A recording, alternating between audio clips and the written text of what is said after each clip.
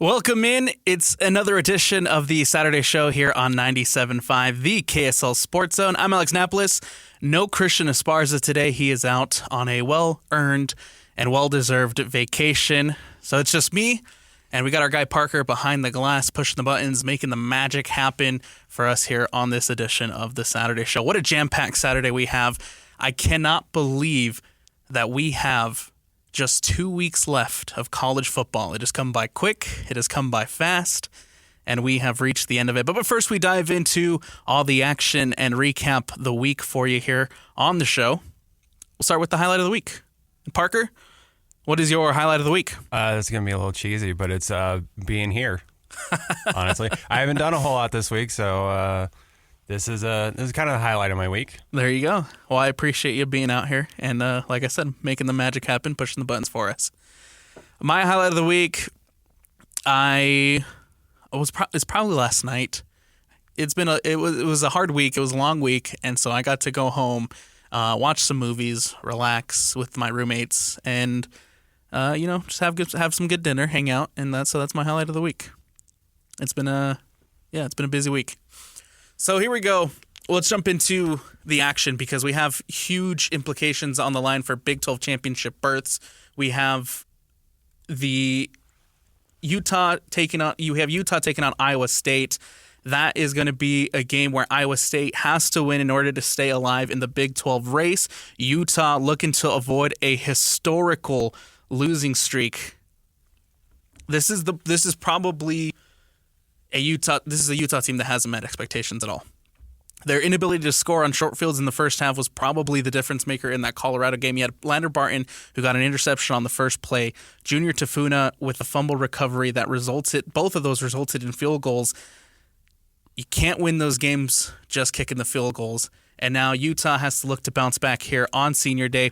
Earlier in the week, John Walters, play-by-play voice for Iowa State, sat down with JJ and Alex on their show, JJ and Alex 3 to 6 on the KSL Sports Zone. Here is John Walters with the guys previewing this Utah versus Iowa State game. Joining us on the program, John Walters, play-by-play voice of the Iowa State Cyclones. John, thanks for being with us, man. My pleasure.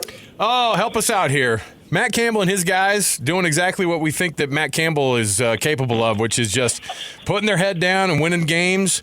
Had that rough stretch of a couple games in a row, and I know that BYU fans are trying to figure that out. They don't want that to happen to them, obviously, as they're in that Big 12 race. But this weekend, the Cyclones head up to the Hill. They head up to Rice-Eccles Stadium. What are your thoughts on going in and playing this Ute team, who is the biggest shock probably of all of the crazy conference this year?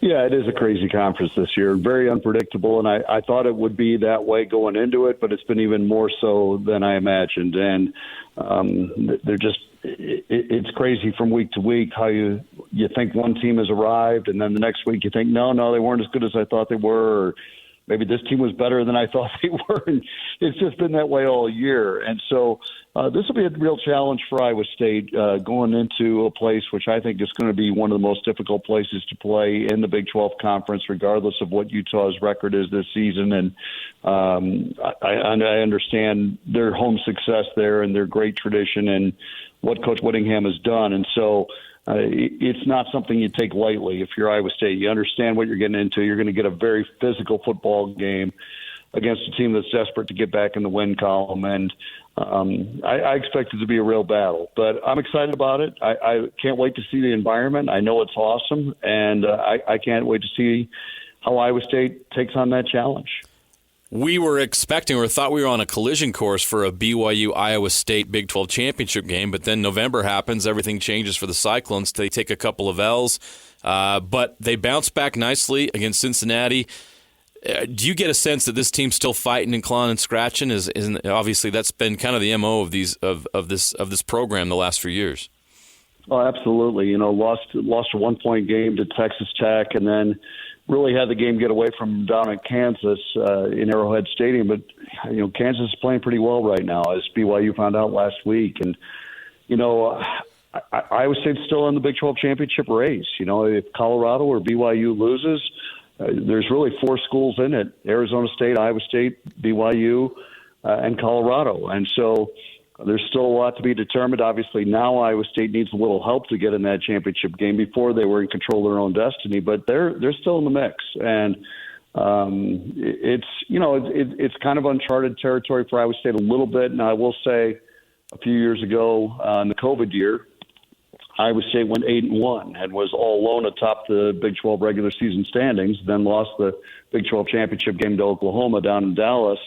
So they have been in this spot before, but this year's different. The fans are back, the energy, the enthusiasm in college football, and it would be really cool to get back down to Dallas and try to win that Big 12 championship. But it's kind of still uncharted state. You're right, Matt Campbell's been at the heart of all of it and has gotten to the point where Iowa State pretty much expects that they have a chance to win every week. Doesn't mean they're going to, but this program needed to get there first, to the point where you felt like you had a chance every single week, no matter who you were playing, where you were playing. And after Iowa State under Matt Campbell went in and started winning at Oklahoma, at Texas, he's won in every stadium he's played in the Big 12, he started feeling like, okay, there's a chance if they execute and do things they do well that they're going to win this week. And, man, I can tell you, being around Iowa State football a long time, it didn't used to be that way.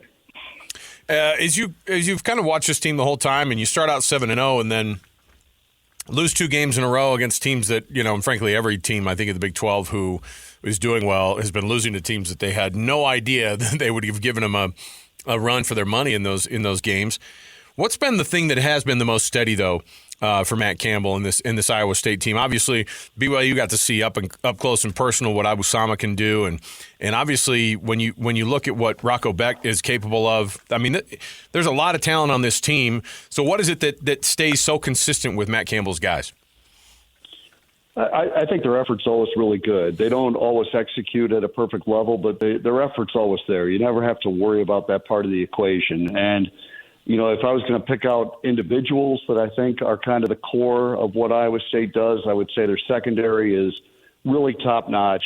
And they've kind of had to make up because there's been some injuries in front of them at the linebacker position. In fact, a ton of injuries. And that's been a big part of why Iowa State lost those 2 games, is just there's so much youth out there all of a sudden at those spots. Now, I'm preaching to the choir when I'm talking to fans of Utah. They've had their top players, go after the season as well. So it's tough. College football is a long, hard race, but I think that secondary for Iowa State's a real strength.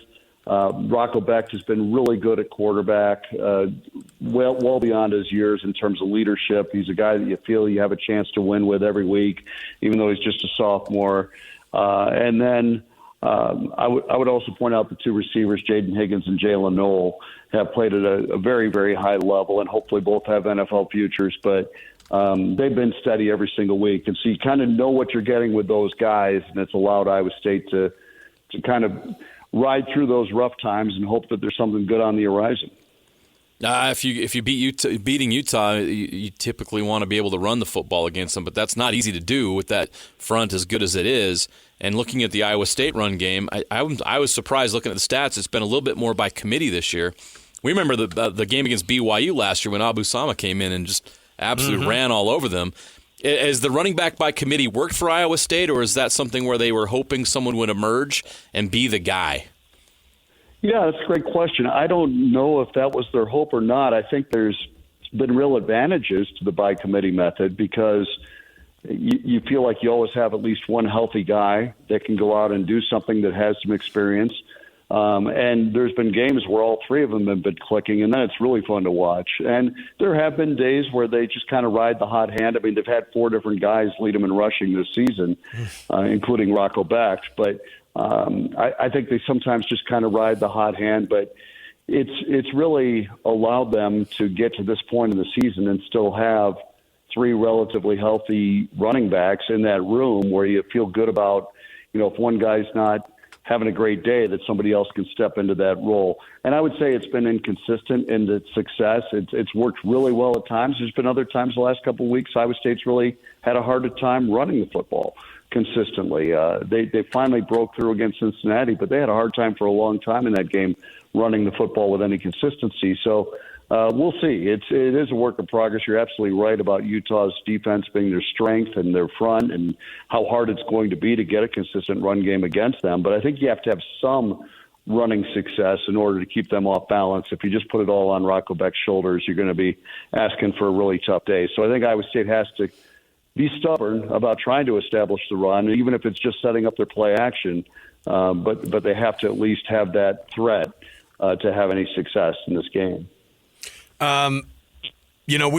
all had designs for this game to have a lot more on the line for the Utes, of course, but trying to figure this team out. I mean, good luck to you because we've been following this team. We're still trying to figure out what week in and week out is going to be for the Utes.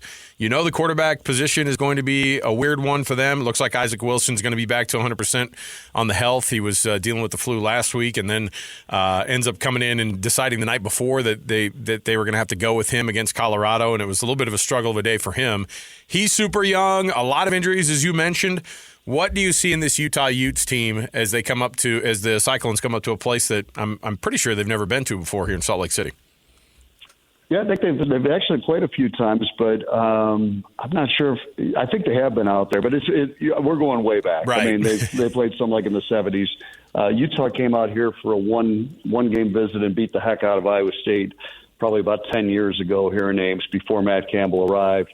But when I look at them, I see a proud program. I mean, that's the first thing that jumps out to me is just the record of success over the years and the pride they have. And, it's their senior day. They're going to be physical. They're going to be fired up to try to run the football themselves and kill clock and play off their defense, which is a real strength for them. And so, they're going to look to ball control this thing and try to win it that way. And Iowa State has to be up to matching their physicality. I think this is going to be one of the more physical Big 12 games we've seen, and Iowa State's going to have to be ready for that challenge. They have been so far this season, but I think that's one of the big tests in this game is can you go in there and match their physicality? And, obviously Wilson's an inexperienced quarterback. The injury situation's really tough. But Iowa State has to get some pressure on him. They have to force him into decisions quicker than he wants to make them and try to force a turnover or two. And Iowa State's been pretty good at that. They have 14 interceptions on the season. I mentioned they have a really good back end to their defense. So I think for Iowa State, a real key is to get Utah into obvious passing situations if they can. Much easier said than done with Bernard in the run game. But if you can get them into obvious passing situations, then you can get some pressure, maybe force Wilson into making decisions quicker than he wants to, and perhaps get a turnover or two, which could really turn the game. I think it's not cliche to say whoever wins the turnover battle is going to win this game. I think that's probably true. Just looked it up. The Cyclones' last trip to Salt Lake City, October 4th, 1975. Cyclones won that game 31-3. Yeah, the only win in the 5-game series for Utah was that 2010. By the way, that was the most points that the Utes have scored in the Kyle Whittingham era at 68 points. That's right. It's pretty wild. Shaky Smithson had a big game that day. I'm still having Shaky Smithson flashbacks. See, you remember the name. Nightmares about Shaky Smithson on those punt returns. Man, that guy was something. That was the best nickname of all time. Oh, for sure. On that night, he was shaky for sure, and made Iowa State's defense pretty shaky too. No doubt. Another great name is Rocco Becht. I love that name, and I've really been impressed with his play. You're right; he's been terrific. And then you watch him play. You're shocked to learn that he's a sophomore because he seems like just such a great field general. How much did having an NFL father help him? Can you share a little bit or give more insight on why Rocco Becht has been so solid at such a young stage in his football career? Yeah, I think that's a huge part of it. Just growing up around, an athletic family. His mom was a gymnast. His dad was, as you know, a great football player, playing in the NFL, had a great career, went into the West Virginia Hall of Fame, and was recognized the day we played at West Virginia. And Rocco was right there on the sidelines. That's cool. Watching that. So that was a pretty emotional moment for him. But he's great at not being emotional. He plays with a lot of energy and enthusiasm, but he's really good at compartmentalizing things and not letting one negative play turn into another negative play. I mean, he's had a few pick sixes this year. He's had a few moments where he hasn't made the right decision, but he has an uncanny ability to get it behind him. He's kind of like that closer in baseball that you give the ball to the next day after he gave up the walk-off home run and expect him to go do his job, and he does. And it's rare for a young player to be that good at compartmentalizing things, but that's really where his strength is, I think, is mentally. And he's seeing a lot of things maybe that he wasn't seeing a year ago as a redshirt freshman. Last year he kind of got thrown into the job, and they kept adding a little bit more to his plate every week, and he kept on showing that he could handle it, and so they kept putting more on his plate. But coming into this year, it's like, hey, this is your team. I know you're a young guy, but this is your team. Go lead that offense. And he's got that leadership personality. He draws other people in, and he takes command of that huddle for a young guy. I'm really impressed with all those intangible things that he brings to the position, which at the quarterback position are probably every bit as valuable as the arm strength and the size and all the things that the NFL measurables look for. To win college football games, you got to have a quarterback that has those intangible things, and I think he has all those. John Walters, play-by-play voice of the Iowa State Cyclones, joining us here on JJ and Alex as we get you ready for the Utes and the Cyclones this weekend up on the Hill. We try to figure out our teams here locally about what these tie breaks mean. And a couple of years ago, Utah needed every wild thing for that to happen for them to get into the Pac-12 championship game, and it happened. Like all the stuff out of their control all happened. They got there. They beat USC for their second Pac-12 title in a row, but they need a lot of help. What does Iowa State need to win to get into the Big 12 championship game over the next couple of weeks here? Obviously, they got to win, but what else has to happen? Yeah, Colorado losing would be the biggest thing. If Colorado loses a game, that would certainly benefit Iowa State and probably Arizona State for that matter too, and BYU. Those three teams would be the ones that are really more in the mix. But for Iowa State, if they win out and Colorado loses, especially this week, their game against Kansas, if they lose that game, then Iowa State would be in the Big 12 championship game. So that's a great way to do it. There's still a path there with BYU losing a couple, I haven't gone through every tiebreaker scenario, but it's still out there as a possibility for Iowa State. But it really is going to require them winning out and not really worrying about what else is happening and just trying to take care of their own business. But yeah, the biggest thing would be if Kansas was to beat Colorado this week, that would really help Iowa State's cause. Utah's offense is really struggling right now. You got a true freshman in Isaac Wilson that's been thrust into the mix here and struggling with some confidence issues and performance issues. What does the Iowa State defense present that's going to make things challenging for Utah while they're struggling? Just some more insight, if you can, on what Iowa State's doing defensively that's allowing them to be successful on that side of the ball. Yeah, I think when Iowa State's defense is at its best, and, against Kansas it wasn't. They got lit up pretty bad. But when they're at their best, which has been most of the season, they're going to force you to execute a 10 or 12 play drive and do it all the way down the field. They're not going to give up the home run plays. And again, I keep coming back to the Kansas game, but Jalen Daniels in Kansas hit a bunch of home run plays. That was an oddity to see a John Haycock defense give up those kind of plays.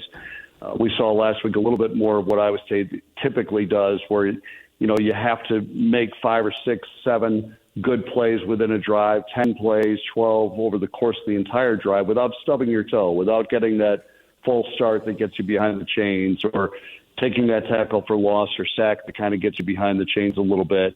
And that's where Iowa State has its most success defensively. They keep everything in front of them. They've got, as I mentioned, a really good back end of that defense. The safeties are all veteran guys: Jeremiah Cooper, Bo Freeler, Malik Verdon. They're really good veteran players. Jontez Williams has had a great year at corner, and so has Darian Porter. So the back end's the strength, but if you don't get any pressure with the front end, it's hard to have that back end make plays. So I think for Iowa State, it's going to be critical to get Wilson uncomfortable. And again, I think that comes down to first and second down defense and just having some success there and getting them in those third and long situations where it's obvious that he has to pass it, and then trying to take advantage of that.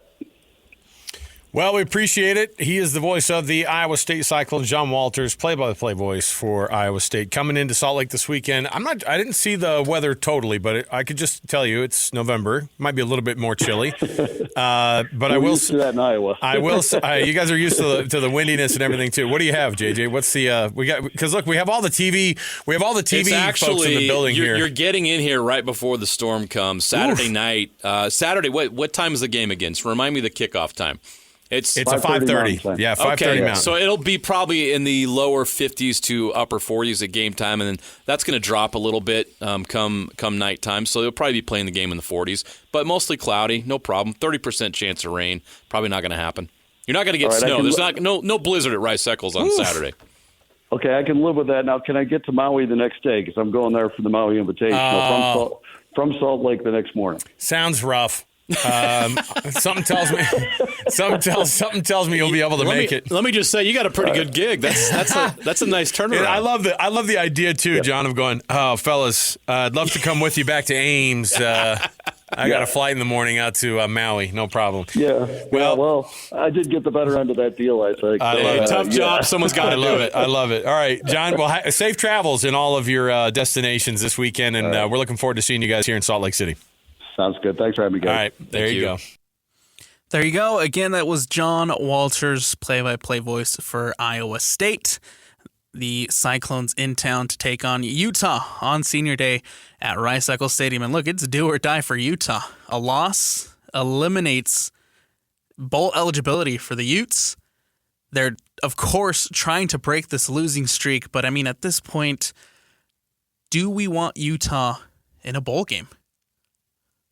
I don't think so. Like just from the standpoint of like how many injuries we've had so far this year, like how many critical injuries we've had, the fewer games they play this year, the better. Because this season's already gone. Like a bowl game was kind of unacceptable. Like if you had told us at the beginning of the year, yeah, you're only going to manage a bowl game, we'd all be super disappointed like we are now. And so just the fewer games where guys can get injured, like we don't need anything to happen to Isaac Wilson. We don't need anything to happen to, any of the guys that will be coming back next year. Just, shut it down as soon as possible and just flush this year and get on to the next one. Seems like there's a feeling, there's a vibe up on the hill that it kind of feels like the teams are on that same boat. Mostly because the people are already asking what's the plan for next year, right? Whittingham's already giving us insight into what the plan is for the transfer portal, what the plan is to maybe rebuild a little bit, because there's going to be a lot of turnover, right? You're looking at 21 seniors, I believe it was, who are set to walk today and leave the program, not come back next year. Their eligibility is over. And then you don't know how many players are going to transfer out. And it's going to be interesting to see how Utah rebuilds and looks forward to next year. And I think at this point, a bowl game would be nice, but I'm right there with you. I don't know if we want Utah being bowl eligible. Like I really think we don't, and like especially with Kyle being on the last couple of years probably of his tenure up at Utah, and Morgan Scalley being the guy after the guy, like trying to start the building in the way that Scalley wants to, which is probably going to be pretty similar to Kyle. Defense first, run the ball control, similar traits, but any little differences that Scalley wants to implement are going to have to start sooner rather than later. And so, getting a jump on everything with the transfer portal and like getting guys in and like, showing that there is a freshness to this program, that this year doesn't define it, will help a lot with recruiting and transferring. So, yeah, the sooner the better, I think. A lot of questions towards this Utah program, their future, what it entails, what's going to happen.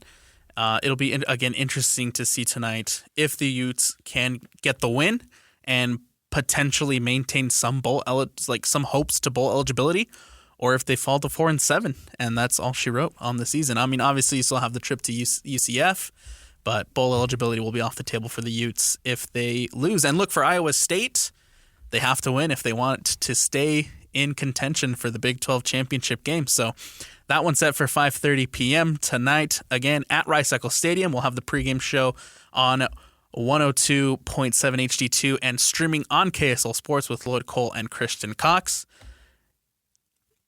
So make sure to tune in, check that out, and we'll see how the Utes do.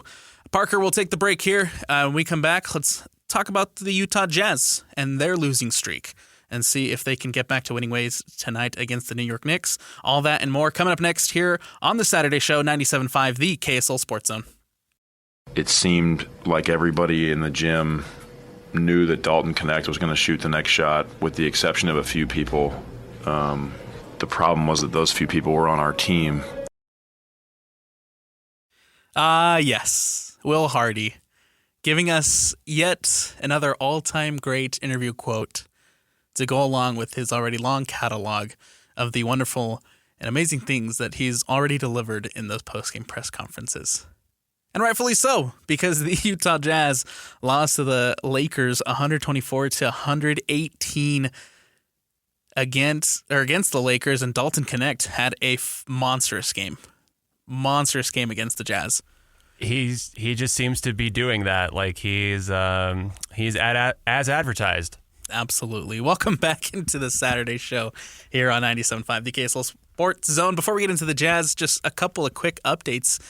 Indiana has taken a lead over Ohio State, 7-0 at the Horseshoe.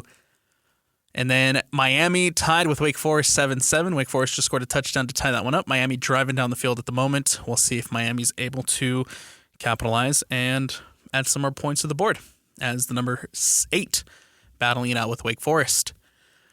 All right, so with this Utah Jazz team, they've lost to the Clippers 116-105. Like I said, lost to the Lakers 124-118, and they lost to the Spurs 126-118. A collapse in the third quarter for the Utah Jazz after being up 67-51 at halftime. They're 3-12 for the worst record in the Western Conference, so hashtag capture the flag is in full effect for the Utah Jazz. Still no Walker Kessler. He's been out since November 9th. He's questionable tonight versus the Knicks. Kyle Filipkowski, who's filled in nicely in Kessler's absence. However, Filipkowski now also injured in the Spurs game, and he is now questionable for tonight's game as well. And this is a Jazz team who shot 6 for 23 from the floor, including 0 for 5 from the three-point line, and committing 7 turnovers with just 2 assists in the third quarter against the Spurs. Abysmal showing for the Jazz in that third quarter against San Antonio, who was without Wemby, by the way. I mean, that's kind of the story of the season, and like that's kind of what we expected. I don't think anybody went into the season thinking, oh yeah, the Jazz are going to do really, really well. No, nobody thought that, and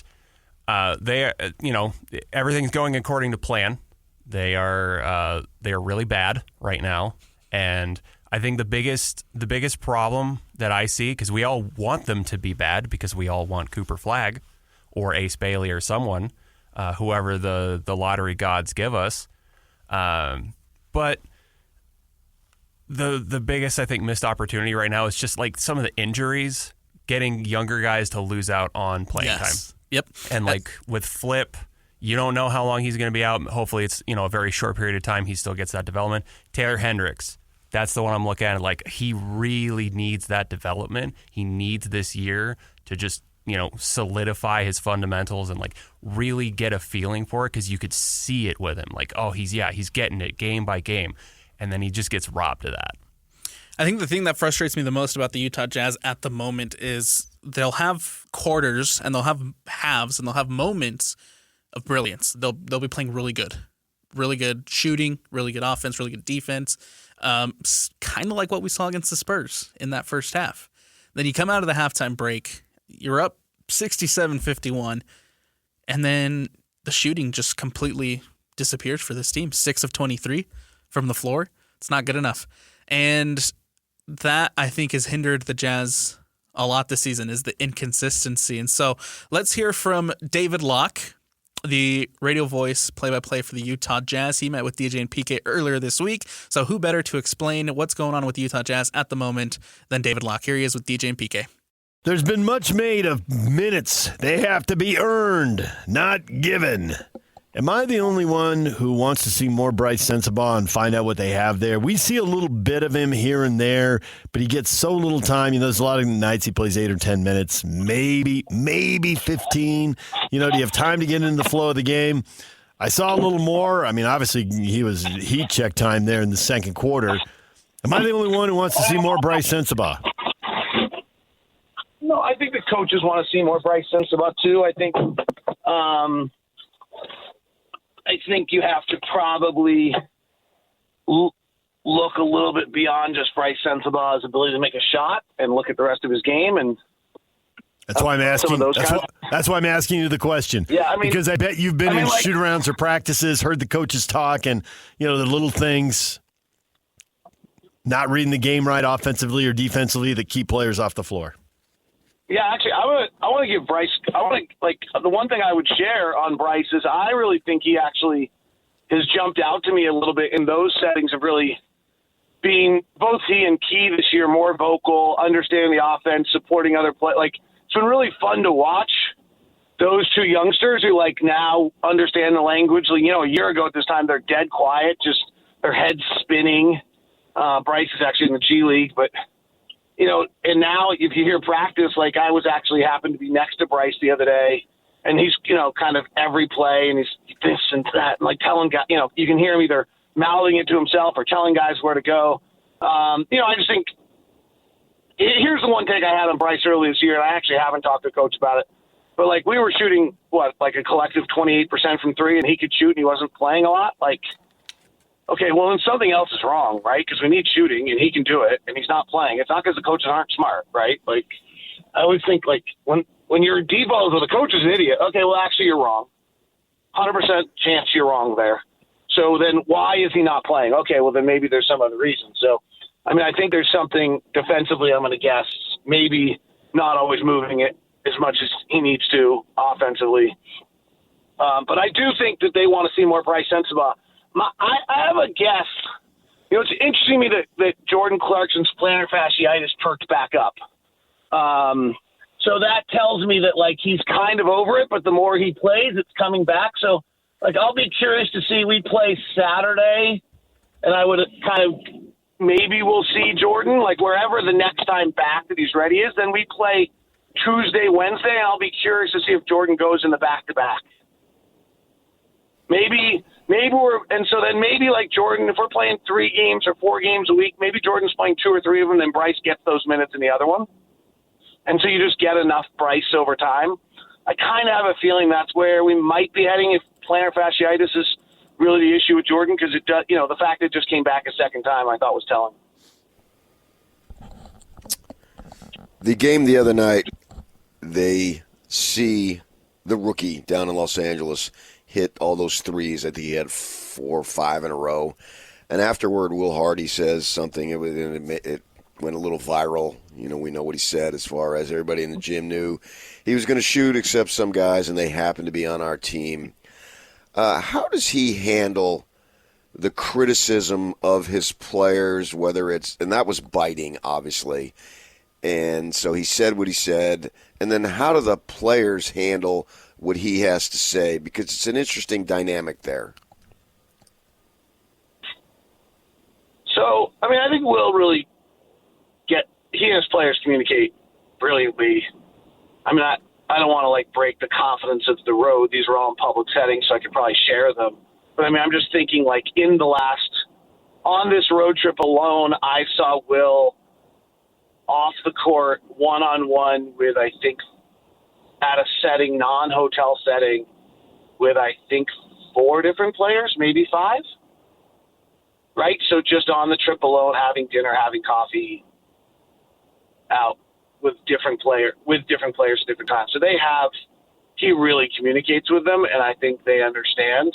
Will's funny, and he has some humor with them. There was a moment in a practice, I can't remember exactly when, where he offered a player the opportunity to kind of bust the offense and go score, and he's like, I might regret that. It was kind of funny, right? Because if you give an NBA player, and he said it to the player, I may regret this, but if they're overplaying that, you can just go to the basket and realize that if you tell an NBA player they can shoot, guess what they're going to do? So I think that just matches Will's communication, which is really at a high level and with the guys. And so I'm going to guess it was kind of a non-issue to them, because I'll bet he might have said it in the locker room to them after the game also, for all I know. Keontae George, what do you think of his game when he's on the ball versus when he's off the ball? And are you ready to see him move more in one direction or the other as his NBA career develops here? I might be ready to see him go off the ball, but I don't know who goes on the ball for us, so that's part of the trick, right? Like we saw last night that Will tried to play Isaiah Collier as the point guard to close to give Keontae a chance to be off the ball. That's probably the answer, but 29th pick of a draft, first-year point guard, that's a pretty hard way to live. Maybe that's the point, but it's still a really hard way to live. The other, can I just take a different angle on Keontae that I think is just really interesting to me, and I just did a whole podcast on it, so it's on the top of my mind, if I might. Feel free. So he takes 18 shots last night, which is fine. But you think he goes 6 of 18, is that right? He has one layup. He takes 3 shots in the floater zone. And he takes 14 jump shots from the perimeter. Okay? So let's just walk through this for a second. He goes 1 of 1 at the rim. On the 3 shots in the floater zone, the league average is like 40% on that. So he's either making 1 or 2, right? Like out of the 3, he's going to make either 1 at 33% or 2 at 67% on a good night. He's making 1 or 2 of those. So let's say he goes 2 of 4 on those shots, which is kind of what he did last night. And then on the 14 jump shots, the league average on those shots, three-point shots, long twos, is right around 37, 38, 39%. Let's call it 40%. Let's say he gets if he's Steph Curry's at 40%. But the league average is 36%. So solely based on Keontae's shot distribution, with only 1 shot at the rim, which 1 goes in, let's give him the benefit of the doubt and give him 2 shots go in the floater zone. So now we're at 3. If he's taking 14 jump shots and you're making 40% of your jump shots, 40% of 14 is 4? Yes. Go with me, right? Yep. Yeah. 4 or 5? It's 5, right? 5 of 15 is 33. 5 of 15, so 5 of 14 is it's 5. So he missed 1 shot last night off an average NBA shooter. His shot distribution is giving him 0 chance to be efficient. If that makes sense.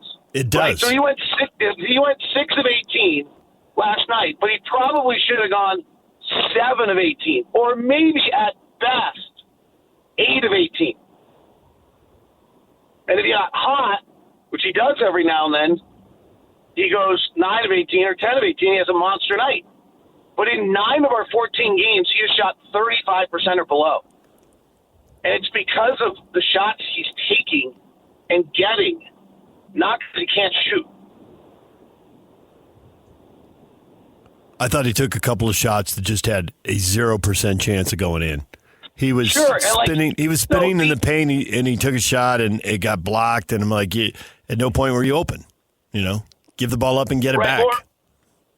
Or even just let's take the other side of this, DJ. If you're going to take 18 shots and you're the point guard on a team without any creators, you're getting 2 grenades a night, maybe 3 that have 0% chance going in.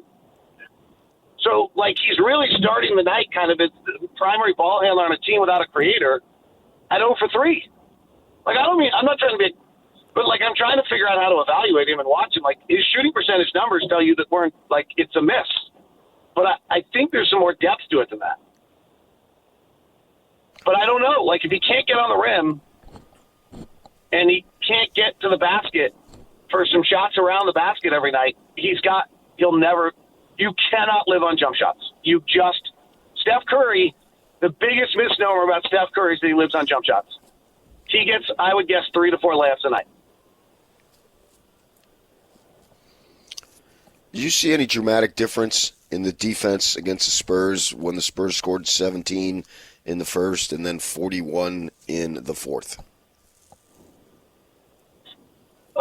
Maybe that Chris Paul, instead stamped himself on the game in the fourth quarter, and he just kind of meandered as like a 39-year-old in the first quarter. About the Spurs, not the Jazz.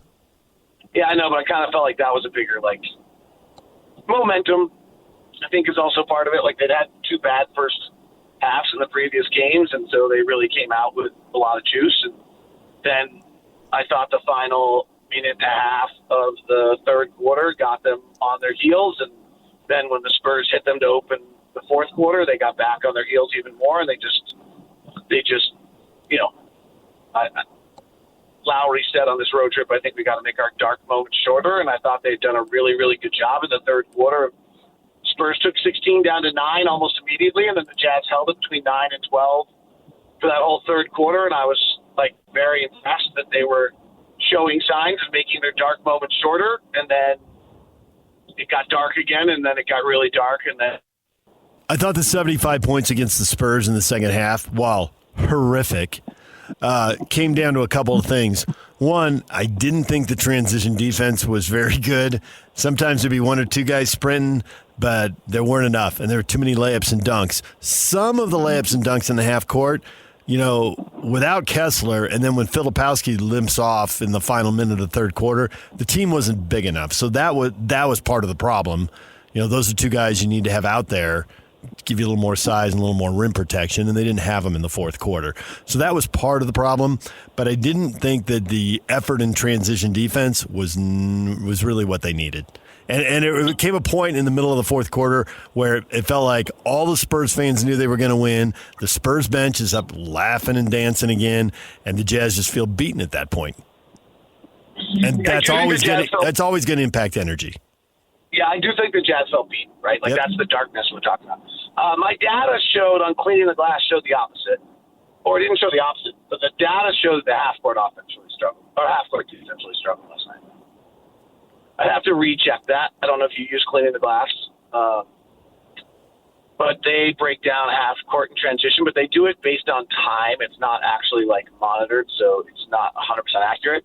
But that, I think, that the Jazz had a harder time last night in half-court defense. But I didn't do a good job last night of charting it by quarter, which is what I usually do on my notes. So I don't know why I didn't do that. It's ironic that you would ask this question, and on probably of the last 100 nights of play-by-play I've called, on probably 96 of them I've charted that, and I didn't last night. So you got me on not knowing the answer to that question. But the overall number, I think the Spurs were like 117, 120 in the half court, which is outrageously high. But that also might be because they scored, I think, on like their final 9 half court possessions when Chris Paul just dominated the game late.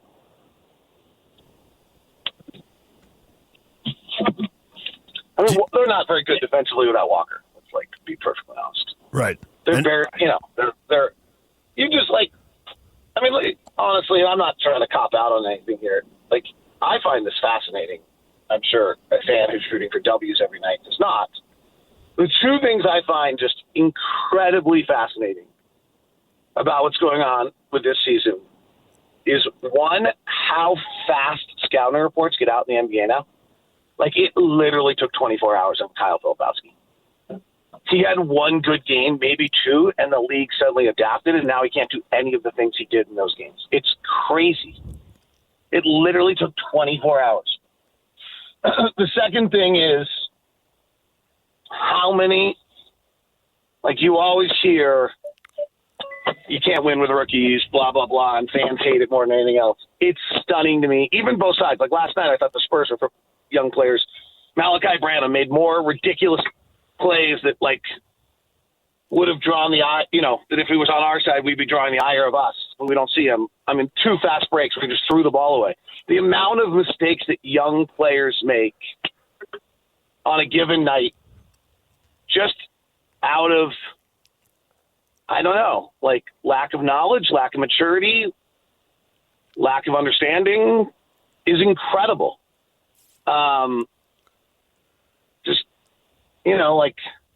Keontae's pass into the post to John Collins where he doesn't run back, which will be viral, and it's a brutal look. You just got to know that pass is going to be complete. You got to change the angle, and you got to do all these things. And I don't know how many times you have to make a mistake before you but if you've been in the league for a while, you don't make that mistake. You just don't. And there's just a bunch of little rotations and things where the young player, and it can be really minuscule. There was one the other night where one of our young guys did the first three things correctly, and on the fourth one he didn't get out to Klay Thompson in time, and Klay Thompson hit a wide open three late in the game. I mean, I wouldn't rewatch the tape. He had to have been so perfect. And in your first or second year, you're just not that perfect. So I just think it's really fascinating how hard it is and the amount of mistakes that young players make every night. And then I think to what we're talking about there is that then the game, because they're making that mistake, then the game starts to get away from you and no one knows how to recover. Again, that is David Locke with teaching PK earlier this week. We'll take the break here. And we come back, we'll dive into some technical fouls and their NFL base. What was George Pickens doing in the snow? And a former NFL coach tricked Ian Rappaport. All that and more coming up next here on this Saturday show, 97.5, the KSL Sports Zone. It's the Saturday show, 97.5, the KSL Sports Zone. Alex Napoles, Parker Long behind the glass, push the buttons, making the magic happen for us today. And welcome into Technical Fouls, where we reward the not-so-fortunate people for their not-so-fortunate choices and kind of being a little, I guess, maybe dumb is the right word for it. That's a good word. That's a good word for it. Let's start in the NFL. We have a technical foul. I want to assess a technical foul to George Pickens for acting up in the snow. He had to be restrained after a scuffle with Browns cornerback Greg Newsome. And then Newsome took to social media after the game, called him a fake tough guy. And when he was asked by media about what happened, what the situation with the scuffle with Newsome was, he blamed it on the refs and blamed the loss on the snow, as if it wasn't snowing for the Cleveland Browns as well.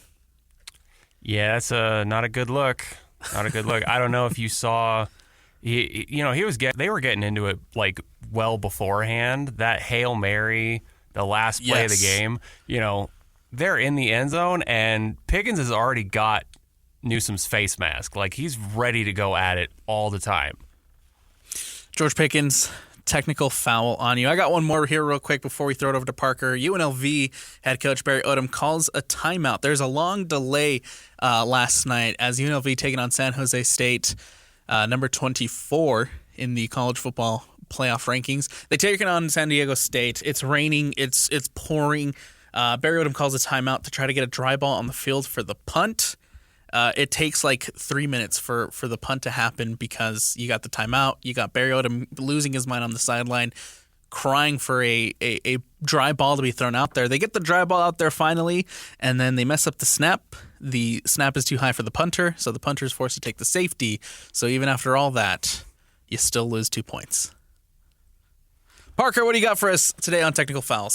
So I've got, going back to the NFL, former Titans coach Mike Mularkey, which is just the perfect name for what I'm about to describe. So basically, he was about to get fired by the Titans, tight ends coach, and he goes on a podcast and says pretty much that, but then he contacts NFL insider Ian Rappaport and basically just lies to him. He just frankly lies to him. And says, "Oh yeah, the Titans are going to extend me." And Ian, without validating the claim, puts that out on social media, and then Mularkey gets fired. And so I'm assessing kind of 1.5 technical fouls here.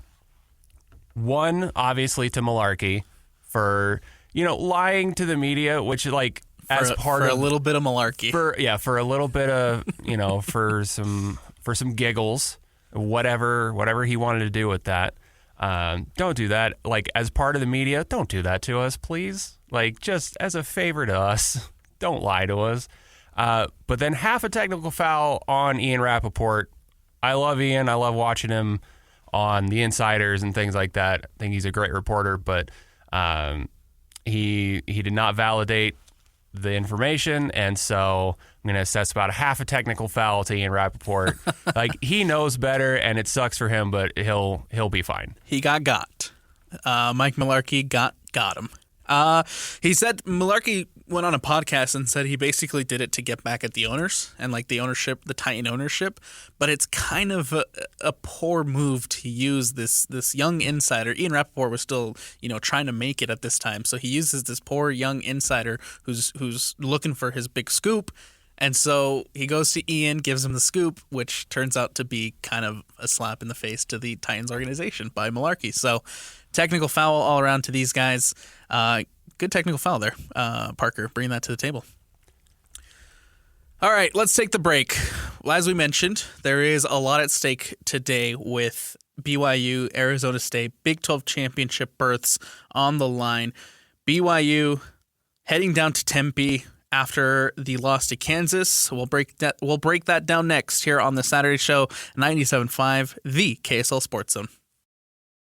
Welcome back. It's a Saturday Show, 97.5, the KSL Sports Zone. Alex Napoles, Parker Long joining me here today. Let's jump into this monumental matchup between BYU and Arizona State. It was a gut punch for BYU last week when they lost to Kansas, their first loss of the season, 17-13. Maybe a little bit of hangover from this rivalry game. You have Jake Retzlaff, who throws an INT at the end of the second quarter. You got that punt that caught BYU in a bad spot and basically gave the go-ahead touchdown to Kansas. Offensive struggles in the red zone. But the stakes could not be higher tonight for BYU. This is a BYU team that needs to win to continue to control their destiny for both the Big 12 championship berth and a potential college football playoff berth. They just at this point have to win out. Arizona State needs a win to stay in the hunt if they want to make it to a Big 12 championship game. So basically the scenario goes, if BYU wins and Utah wins over Iowa State, they clinch their berth in the Big 12 championship game. If Colorado can clinch with a win against Kansas, a BYU win over Arizona State, and a Utah win over Iowa State. So there's a lot on the line here for the Big 12, and the stakes could not be higher for both sides. So this is Mitch Harper. He met with Hans and Scotty earlier in the week, so we'll throw it over to Hans, Scotty, and Mitch breaking down this BYU-Arizona State game.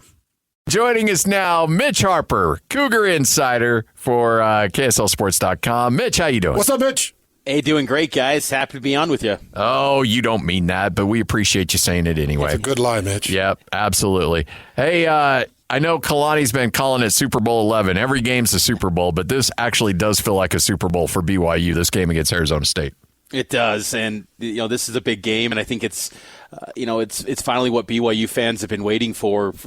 You haven't had this type of game in 15 years, where there's actual stakes on the line, in a game. You could maybe say the Coastal Carolina game had a lot of stakes, at least what we thought, because we thought that the playoff committee would put BYU in that at-large pool, but aside from that, there hasn't been a game in November that has some national significance for BYU football in about 15 years. So this is a big deal, and it's an intriguing matchup of two teams that play a lot of complementary football.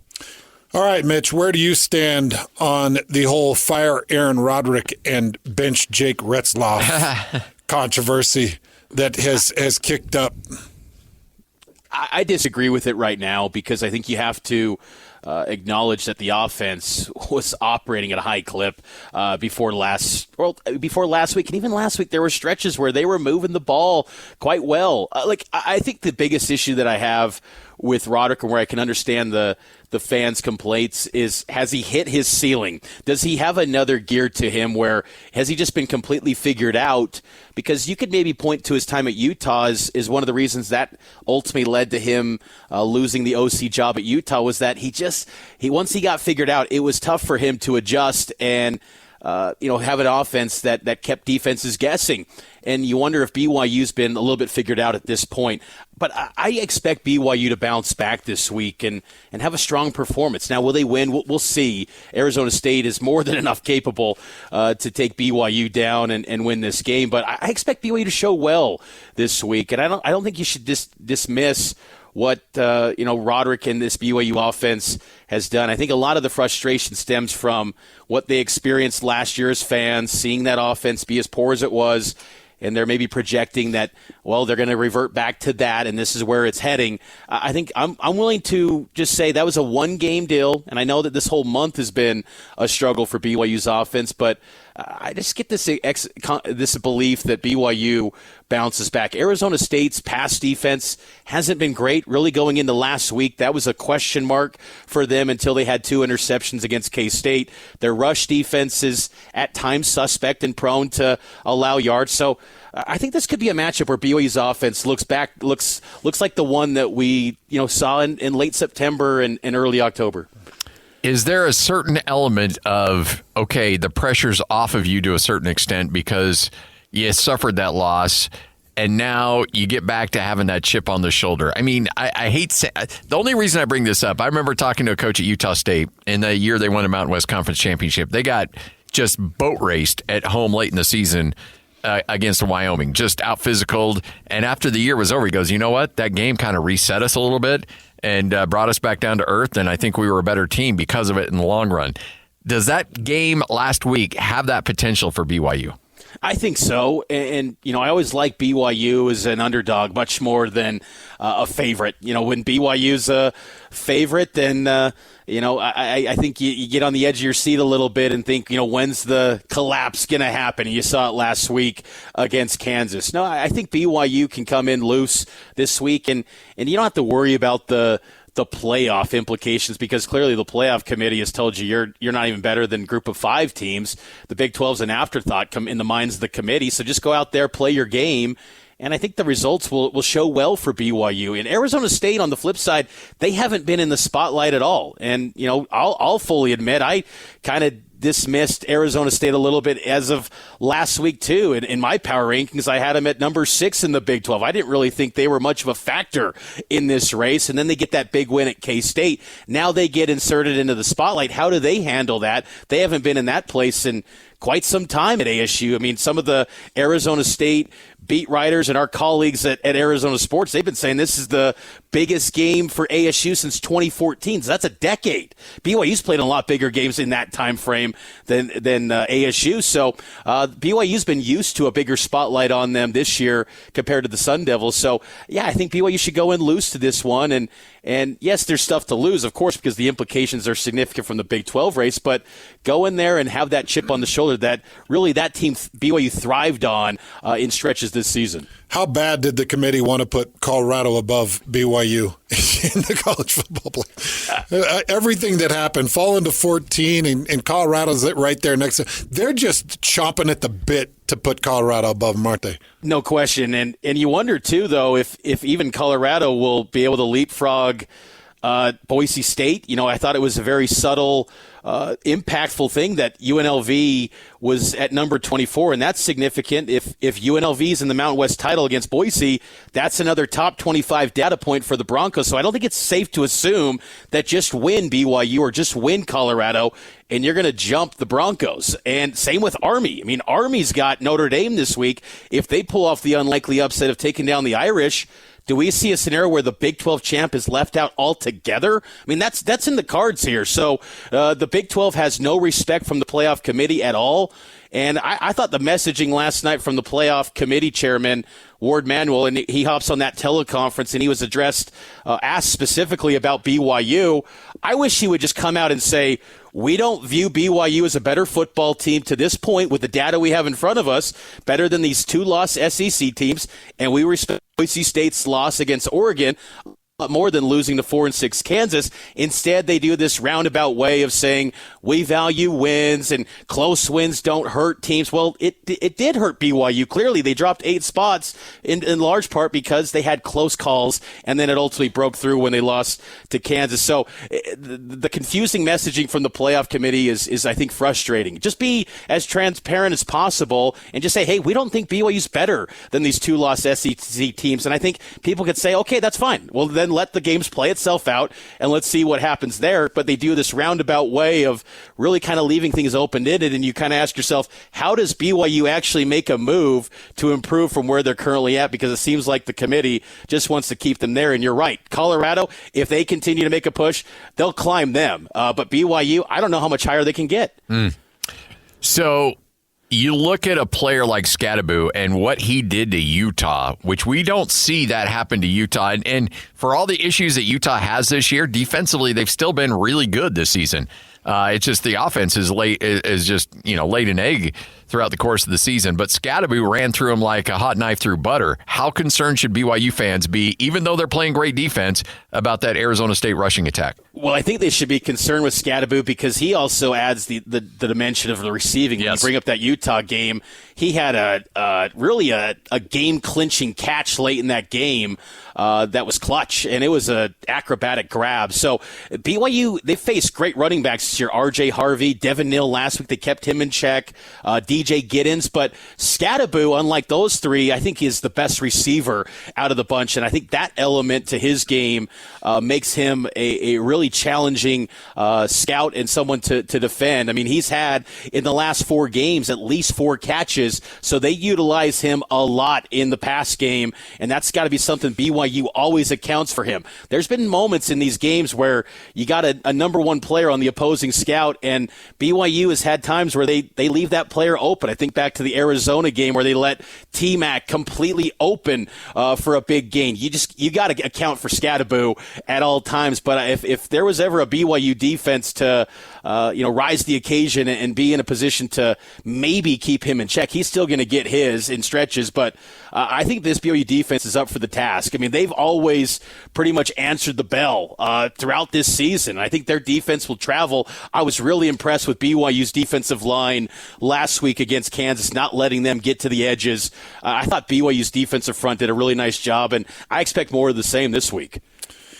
Was Jake Retzlaff injured last week during the game? Was he playing injured, and is he healthy? He got banged up at the end of the second half when he had that quarterback run and clearly was nursing the left side of his body. I mean, you saw the throws that he made. It didn't look to have the same arm strength. And I know it was a non-throwing side where he got banged up, but he didn't appear to have the same strength in velocity in his passes as we've seen. Now, a few of those were batted at the line of scrimmage by Kansas defenders, but this has happened a couple times with Jake. Even going back to the Oklahoma State game into the first half, he kind of got shaken up in that one too. So for the last 4 games, and coincidentally, I mean, that's where BYU's been having these close calls during this stretch. He has not been fully healthy. And I think that's something to account for here. I'll be curious to hear a little bit more from Aaron Roderick today after practice to hear what, he talked about with how Jake's been performing in practices. But it was clearly, Jake got shaken up a bit, but he's been competitive to where he's always staying in that game. But, Jake's got to be at his best because if they're going to win this game, they've got to have excellent quarterback play. Because I don't see a situation where you win this one with subpar QB play. Jake's got to have his best performance of the season if they're going to win this game. Yeah, I agree with that. And another guy that you got to have out on the field for you is Crew Wakely. And I know Crew went off the field and was evaluated and did not come back onto the field. He's the 3rd leading tackler for this defense right now. He's grabbed a couple of clutch key interceptions for this defense. And I know he's been in evaluation. Have you heard anything about Crew, the damage that was done, and the potential of him being back for Arizona State? Didn't see him suited up at practice last night. He was at practice, but not padded up coming off the practice field yesterday. And I think that's always noteworthy. Tuesday, as even Jay Hill noted, it's a grind of a practice, but it's always, you got to practice. And Kalani laid that out this week. We didn't see him padded up coming off the field yesterday. So, the positive thing for BYU that if they don't have Crew Wakely available, I do think Raider DeMooney did show quite well. First guy off the bench, though, was Falatau Satuala, the freshman, and then Raider DeMooney stepped in. I thought DeMooney had some of his best snaps of his BYU career. But Wakely's going to be one to monitor going forward, but did not see him padded up last night. Hey, what has happened to Talon Affrey and Micah Harper? I know that those were two key names coming into the season. We've seen a little bit of them, but they just haven't blossomed into what we thought they'd be. Micah Harper got banged up in that Southern Illinois game in week 1, and it was an issue again with the knee, and it caused him to miss some time early in the season. He came back, and I think in that Baylor game, and in that game he had some defensive lapses, and ever since then he has not really played at all since that Baylor game, much at all. Talon Affrey, I think it just got beat where players stepped up. Tanner Wall's been really good and performed at a high level, and I think they really feel confident about some of these freshmen with Tommy Parasis and Faletau Satuala. And, it's kind of an interesting juggling deal, too, when you're kind of looking ahead and all things are equal, maybe give a little bit of a nod to that younger guy because, Tommy Parasis and Faletau Satuala, they were part of that group in fall camp when Jay Hill's saying, we hit a home run with these freshmen and they're going to be special players. Well, you don't want to lose any of those potential home run guys to the portal. You want to make sure those guys are not necessarily getting the first team snaps, but getting snaps to say, hey, you're a key part of what's going to be in the future for this defense. So it's just kind of a situation for Affrey where it just maybe fell a little bit out of the cracks. And you look at, games, 10 games have passed by, and he suddenly hasn't been playing. But he's been suited up every single week. It's just those snaps are going to some of the younger guys that maybe have higher ceilings going forward for BYU. I will say this, Hans. If we were to go back in July and you're going to tell me in Week 10 we'd be talking about BYU playing for a chance to get into the Big 12 championship game against Arizona State, and we'll be breaking down a Crew Wakely injury as to the importance of that defense, I'd be blown away on all of those counts. Every one of them. Yeah. It would make no sense. This season is just bonkers, man. It's just crazy. It's been fun, And by the way, and props to Crew Wakely because, look, I watched him at Utah State, and when he left Utah State, there weren't a lot of coaches up there that were too overly bummed out about it. And now he's come to BYU, and now he's a absolutely integral part of that defense.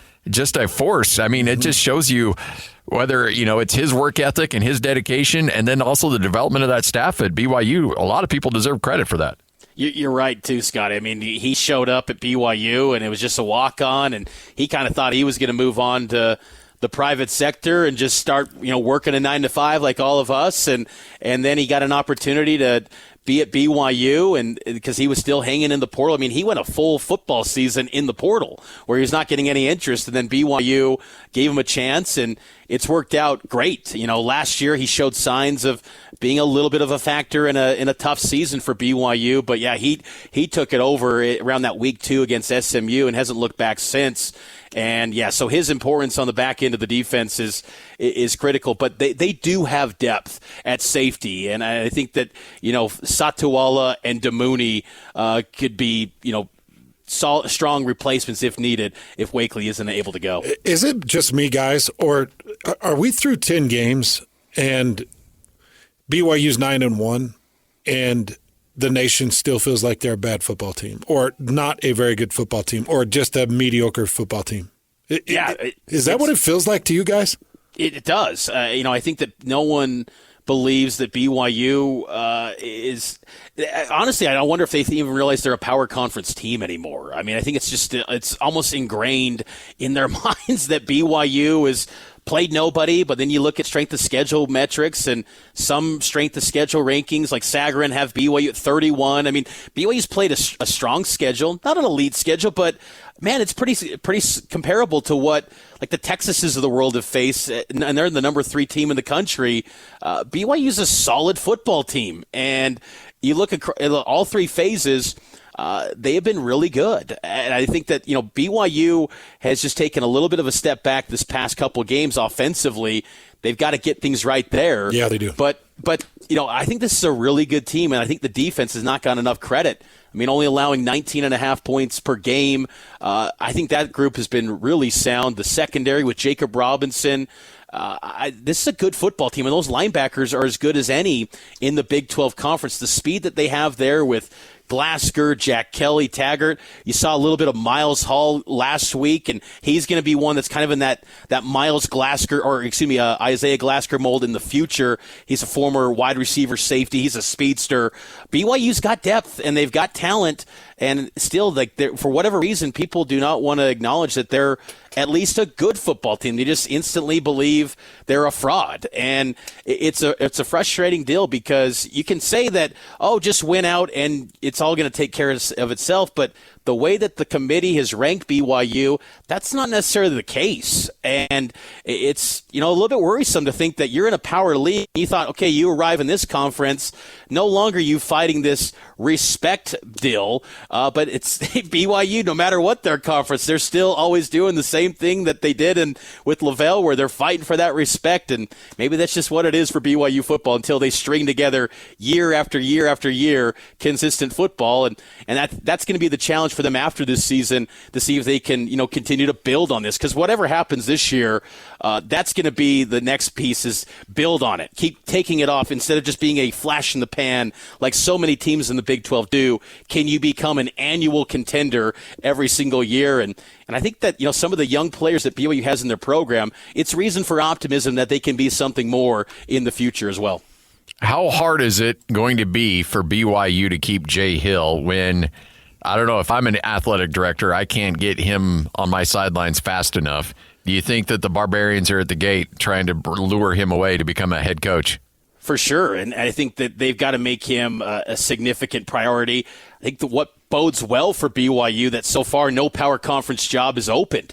I think 6 group of 5 jobs have opened, and I wouldn't think that one of those jobs would be able to pull him away. I thought going into the season, a job like Baylor, if it opened, with Dave Aranda and his kind of uncertainty, I thought, man, that'd be a spot where Jay Hill would have success with his connections and recruiting, in Texas from his time at Utah and down in Nevada, in the Southwest. He could do a really good job at a place like Baylor. But, Jay Hill, he's a guy that's going to be eventually a power conference head coach, no doubt about it. But I think for BYU and what we saw with basketball and the financial commitments they've shown to someone like Kevin Young and his staff, where you look at that bench and there's 12, 13 quarter zips. It's like an NBA bench at these BYU basketball games now. You got to show that same level of commitment to Kalani's staff, and Jay Hill leads the bunch. So I think that he's got to be a huge priority, and I think that Kalani, too, they should show an extension to him. You got an opportunity, if you're BYU, to really lay claim that BYU is going to be led by Kalani for the foreseeable future. He's through 2027 right now, but they should lock him up to about 2030 and make it clear to in-state recruits that this is going to be your head coach, and he is invested, because the kind of the standard operating procedure, if you're a power conference team and you get 9, 10 wins, it's usually leading to a contract extension, especially on a year when you were viewed as a complete afterthought in the Big 12. For him to deliver the results they've had, it's worthy of a contract extension, regardless of what happens the rest of the way. Kalani's proven he's the right guy to lead BYU in the Big 12, and Jay Hill should be right alongside him, and they should make those two a huge commitment financially and extension-wise. I know we've kept you way too long here. Real quick, though, but Michelle Gardner, who's a beat writer for the Arizona Star, joined us yesterday and said that the Levitt kid at Arizona State's got a chip on his shoulder because BYU never offered. Was there no interest in BYU and Sam Levitt? Coming out of high school, no. BYU had they landed Jake Retzloff and they landed Ryder Burton. Now, Sam Levitt, he played that 1 year in the COVID season at Pleasant Grove. Yeah. Then he went back up to Oregon, but it just kind of worked out to where he didn't get much interest and offer from BYU in that 2023 cycle. But in the transfer portal, BYU did pursue him after he left Michigan State. But coming out of high school, no reported offer from BYU to Sam Levitt. They ended up with Ryder Burton and Jake Retzloff in that cycle. Okay. All right. Well, hey, we appreciate your time as always. Great stuff. Great insight. You're the best, Mitch, and we'll catch up with you again here very soon. Thanks, Mitch. You bet, guys. Take care. Mitch Harper, BYU insider for KSL Sports. Always doing a phenomenal job. Check out his byline at KSLSports.com. Always sharing the best BYU content. We'll take a break. More around the corner when we come back here on the Saturday Show 97.5, the KSL Sports Zone. Welcome back in. It's the Saturday Show 97.5, the KSL Sports Zone. Alex Napoles, Parker Long, along for the ride. Let's jump into our 5 minutes of where we take a couple of minutes to try to dive into multiple different topics to keep you guys caught up on the latest. Let's start in college football. Again, huge day in college football. It's the second to last week of the season. Championship berths are on the line, including in the Big Ten. Oregon has already clinched their spot in the Big Ten championship game, but number 2, Ohio State, taking on number 5, Indiana, approaching the halftime break. 21 seconds left in that one, and Ohio State has just taken a lead 14-7 over Indiana. Ohio State basically needs to win out in order to make it to that Big Ten championship game. With a win today, Indiana will clinch their spot in the championship game. However, like I said, right now trailing 14-7 to Ohio. Number 8, Miami, up 20-14 against Wake Forest at the halftime break. Ole Miss and Florida tied up at 14 with 2 minutes left to go in the second quarter. At halftime, SMU up 17-0 over Virginia, and Georgia up 14-7 against UMass with 10:30 left to go in that one. Parker, any games, any big matchups that stand out to you today in the college football slate? I know there's obviously the big one with Indiana, Ohio State, but any other ones that you're looking at? I've been watching Miami, Wake Forest. I've been kind of under the impression that Cam Ward's draft stock might be going down a little bit because he's kind of showing some vulnerability that we haven't seen, or we haven't seen as much of, and it's kind of maybe not falling apart, but he's starting to kind of stutter a little bit. So I got my eye on that one. Ever since, I mean, even before the loss, there was always that conversation of, does Miami belong in the top 10? They lost. They're now 9-1. So they've had a good bounce back. 20-14 though against Wake Forest. Not the most convincing at the moment. Obviously, it's the halftime. There's still a whole nother second half to go. So we'll see what Cam Ward does in that second half. Another one that I'm looking at is obviously number 16 Colorado taking on Kansas. That one at 1:30. Who's going to be in the Big 12 championship, right? With BYU taking on Arizona State. Berth on the line in that game. Berth on the line with Colorado taking on Kansas. So we'll see if Colorado is able to rise to the occasion. Kansas coming off that win against BYU. They're 4-6. They're still fighting for bowl eligibility. We'll see if Coach Pram and his guys can continue carrying on the momentum into beating Kansas. It's not on right now, but I mean, obviously Alabama is always national news. Alabama, Oklahoma, just because I'm really interested in Jalen Milroe, because I see a lot out of him that looks very good, but you can also see a lot of flaws in his game, and I'm wondering if he can kind of iron some of those out in the last few games that he has, and any potential playoff games. Does his NFL draft stock go up? Like, do we see a flip of like? Right now, it's, Shadur's probably going to be the first quarterback pick. And then who is it? Is it Cam Ward? Is it Jalen Milroe? Is it Quinn Ewers somehow? Probably not that one, but like kind of who goes where based on the last couple of games of the season. So I think that's going to be really, really interesting to watch. And like Milroe is high up on my list of like really interesting players to keep an eye on. It's been Yes, I'm right there with you. Let's keep an eye on Milroe, but it's been a disappointing season for Oklahoma. I mean, obviously, first year in the SEC, start off the season really hot, and then they've just kind of been spiraling since. Interesting to, again, a lot of action, so much happening around the college football world today. We'll keep an eye on the scores here, keep you updated on what's going on with that Ohio State and Indiana game. But let's jump into some hockey talk. Let's talk some Utah Hockey Club real quick. They're on a 3-game losing streak. They are without Connor Ingram now, who's out with a upper body injury. He's considered day-to-day. However, a lot of praise coming towards Vishmelka, who stepped in and has done a good job in the absence of Connor Ingram. However, of course, the Hockey Club on a 3-game losing streak, losing to Vegas 4-2, lost to the Capitals earlier this week 6-2, and then were held scoreless against the Boston Bruins 1-0. I've seen a lot of comments online that the power play needs to be better. I think they went 0 for 11 in between the Washington game and the Boston game. It's hard for it to be worse, honestly. Like I've been a part of a couple of those games, and yeah, you're at a man advantage.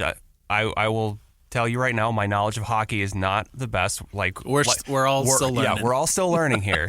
But when you're at that man advantage, when you're just simple math, when you're 5-on-4, you need to be able to press that advantage and score goals. The Hockey Club have been held scoreless against Boston. They were held scoreless against Winnipeg. They were held scoreless against Ottawa. And so there's been concerns. Oh, and sorry, the New Jersey Devils as well. So there's been concerns with goal scoring for the Utah Hockey Club all season long. Getting held scoreless in those many games, not the best. Obviously, you need to score to win the games, but when it comes to the power play, it just needs to be better. Yeah, the power play absolutely needs to be cleaned up. And one thing I've noticed is that Utah seems to be a kind of a low shot volume team, like compared to other teams that they play. Sometimes they'll get outshot 2-1, and at a certain point, yeah, you want to find the best looks. You want to find those high quality shots. You don't want to just be like potentially giving over possession all the time, but you got to make some of those shots that might not look perfect, and you just got to increase that volume just a little bit to just hope that one of those goes in. They've also been ringing a lot of them off the pipes. They've been hitting the edge of the net and just not going in. And there was 5. I think the other day in one of their games. That's partly luck. That's partly bad luck, but that's also partly just you take more shots. You're probably not going to ring all of them off the iron, and you're going to get 1 or 2 of those in, and at the very least, you're not scoreless in the game. The Utah Hockey Club 7-9-3 on the year, 6th in the Central Division.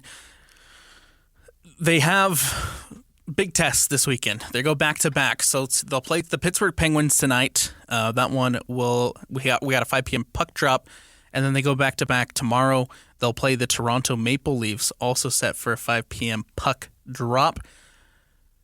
We'll see if they're able to correct a little bit. Jam-packed weekend, obviously back to back in the NHL, and so we'll see if they're able to pull off one of those wins. But got to give a lot of credit to Sergachev. Really love what I've seen from Sergachev. That trade has been absolutely amazing for the Hockey Club, and Sergachev has been probably my favorite player to watch on this Hockey Club team. Yeah, I think you look at the team and you see how they're a pretty young team. Like they were young when we got them.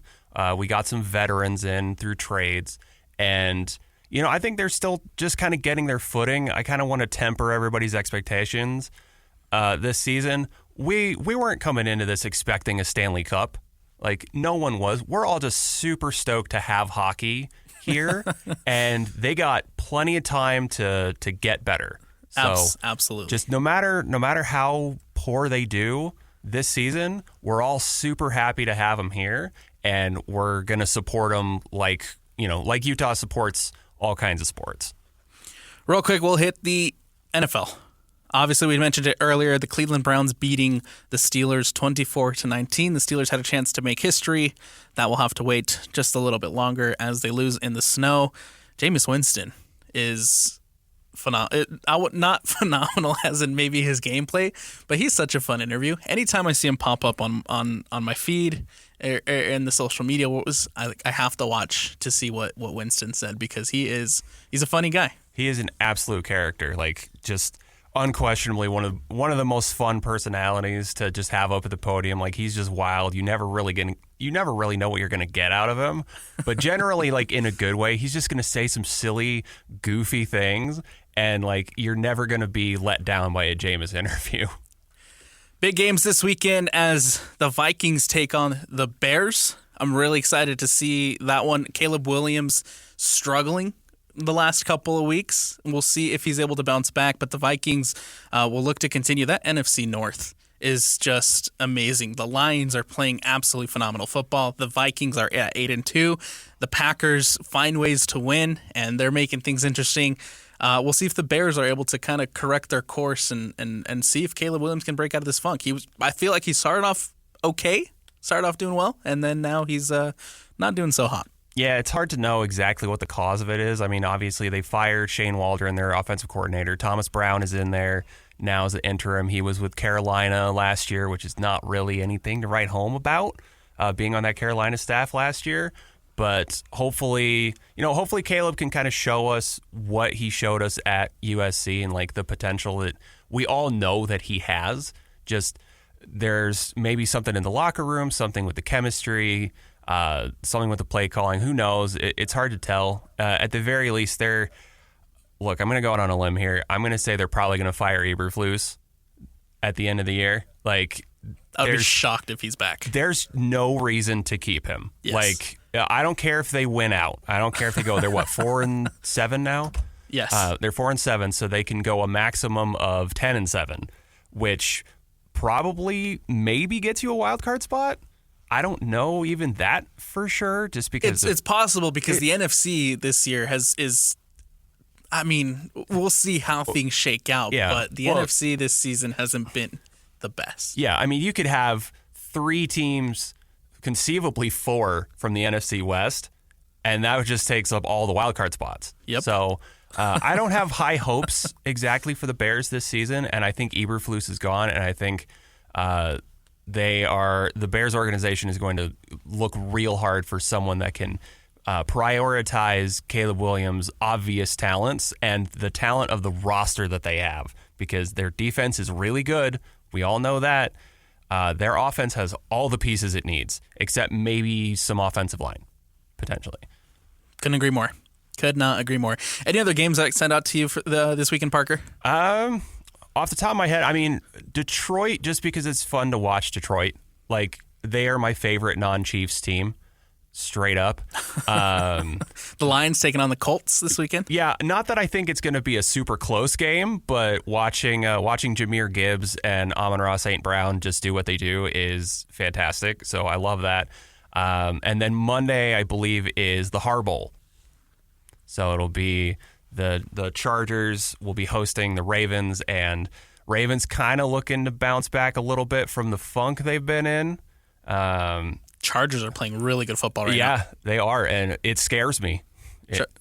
As an AFC West inhabitant, it scares me. But I think that's going to be a really good one. These two met in the Super Bowl a number of years ago, and that was a weird game by itself, but it was a good game. And so I think we're going to get another similar one. Couldn't agree more. I also got my eyes on Packers 49ers. I think that one will be a really fun battle between two. Like I said, the Packers continue to find ways to win. The 49ers trying to break out of a funk as well. And then I think a sneaky good game will be the Sunday night game, which is the Eagles taking on the Rams. Eagles and Saquon are on a tear right now. The Rams trying to correct their season and hope to get back into a spot where they can potentially make the playoffs. So those are the games to look forward to this NFL weekend. And you know what? We'll take a break here, and we'll wrap things up when we come back. This is the Saturday Show on 97.5, the KSL Sports Zone. It's the Saturday Show, 97.5, the KSL Sports Zone. Alex Napoles here with you. No Christian Esparza today. He was out. He's on vacation, enjoying some time off, well-deserved time off for Christian. We had Parker Long filling in today. Parker, again, thank you so much for jumping on and for sharing some of your takes, man. Today's schedule is a jam-packed one. We have plenty to go over and to get into here on 97.5, the KSL Sports Zone. The Cougar pregame show is right around the corner with Alex Carey and Jake Hatch. That one will start at 12:30 on 97.5. Utah State football takes on San Diego State at home. Pregame for that starts at 12:30 with a 1:30 kickoff. All that action on 1280. The Utah Jazz faces off against the New York Knicks at 2 p.m. Pregame, and then 3 p.m. tip-off on 97.5 as well. The Utah pregame show with Lloyd Cole and Christian Cox will go on air at 3 p.m. on 102.7 HD2 and streaming on KSLSports.com. KSLSports.com. The Cougar postgame with Alex Curie and Jake Hatch will come on following the conclusion of BYU and Utah State on 1280. The Utah Hockey Club in action tonight on 102.7 HD2 and streaming on KSLSports.com. Pregame 4, puck drop at 5 p.m. That will move over to both 97.5 and 1280 following the conclusions of both the Jazz postgame and the BYU postgame. And then to wrap up the night, the Utah postgame show with Lloyd Cole and Christian Cox following Utah and Iowa State on both 97.5 and 1280. Got a lot going on, got wall-to-wall coverage, everything to take you through Saturday with just about everything covered. Again, huge stakes in this BYU-Arizona State matchup as they head down to Tempe looking for their berth in the Big 12 championship game. Real quick, Parker, before we have to get out of here, score prediction for BYU-Arizona State. Oh, I'm going to say, so BYU's offense hasn't been amazing, so I'm going to say probably like 27-20 ASU. Oh, okay. Parker saying ASU is going to take the win. I'm going to go BYU. I feel confident in this BYU team still. I'm going to say BYU takes that one. Oh, let's say 24-20. Mine's going to be a little bit closer. All right, that's going to do it for us here on the Saturday show. Again, don't go anywhere. We have more around the corner. Cougar pregame coming up at 12:30. Jake Hatch and Alex Curie, all here on 97.5, the KSL Sports Zone.